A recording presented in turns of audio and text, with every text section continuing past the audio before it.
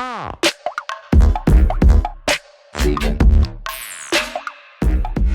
24/7 7. Hey class, welcome to episode 1, lesson 3, creating our town. And today we're still going to work on some of the same learning targets that we've been focused on. However, it's going to be a little more hands-on, no questions to answer, and actually a little bit of art to create. So I hope you enjoy it. Let's go. 24/7.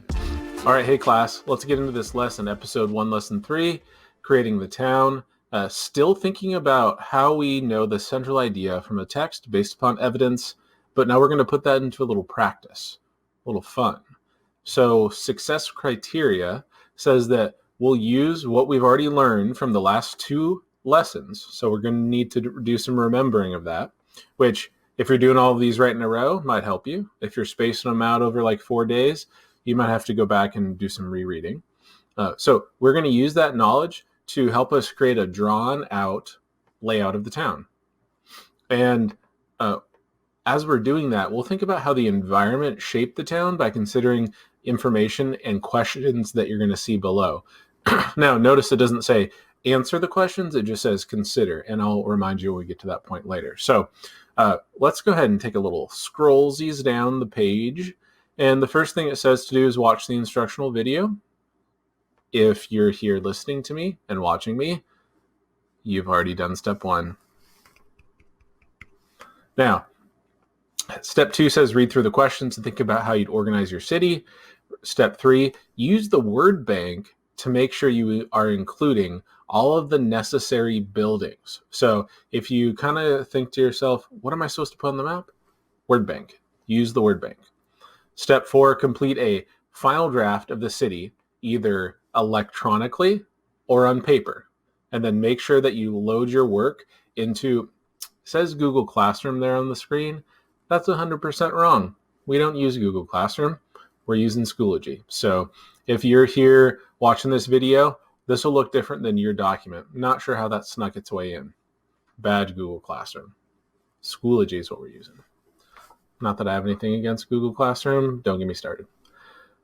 So, word bank, questions, those are the 2 things that will help you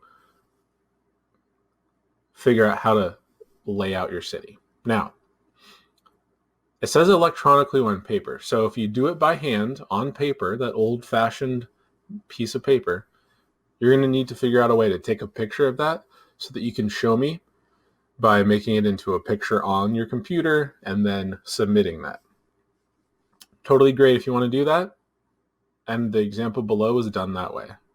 However, we do know that there's Google drawing programs. There are things like Google Jamboard. And those could do a really good job of helping us to lay our town out. I'm going to leave that up to you. I know some of you are real aces at being able to use our electronic tools to draw. And of course, you only do that when you're supposed to. You would never do it when I'm talking to you like right now.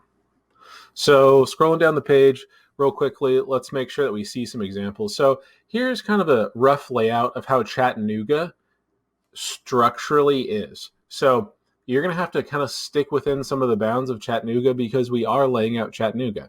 Now you'll see that there's like Cameron Hill. You'll see there's Chattanooga Island, and that there's the Tennessee River that flows around it.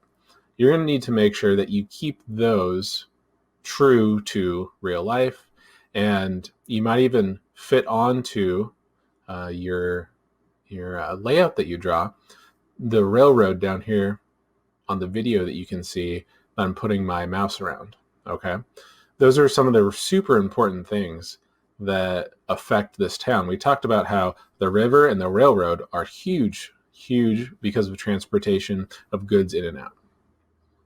Okay, so here are these questions, which I won't read aloud to you, but you should read them and think to yourself, how does this affect my layout? Here's the word bank. Make sure that you've included each one of these in your drawing, electronic or physical paper.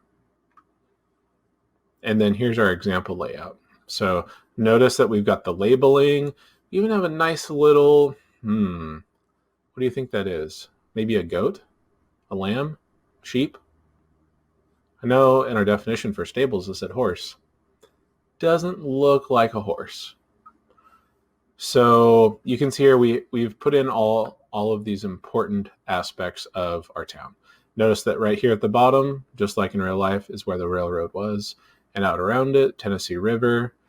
One thing we may have missed is Chattanooga Island, and got the little bridge there though, which is cool.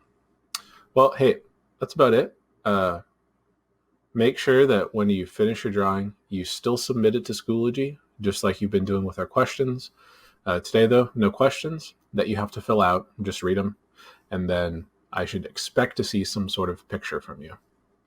All right, class. Hope you enjoyed Lesson 3 from Episode 1, Creating Our Town. I hope your town is going to turn out really well, or it did turn out really well.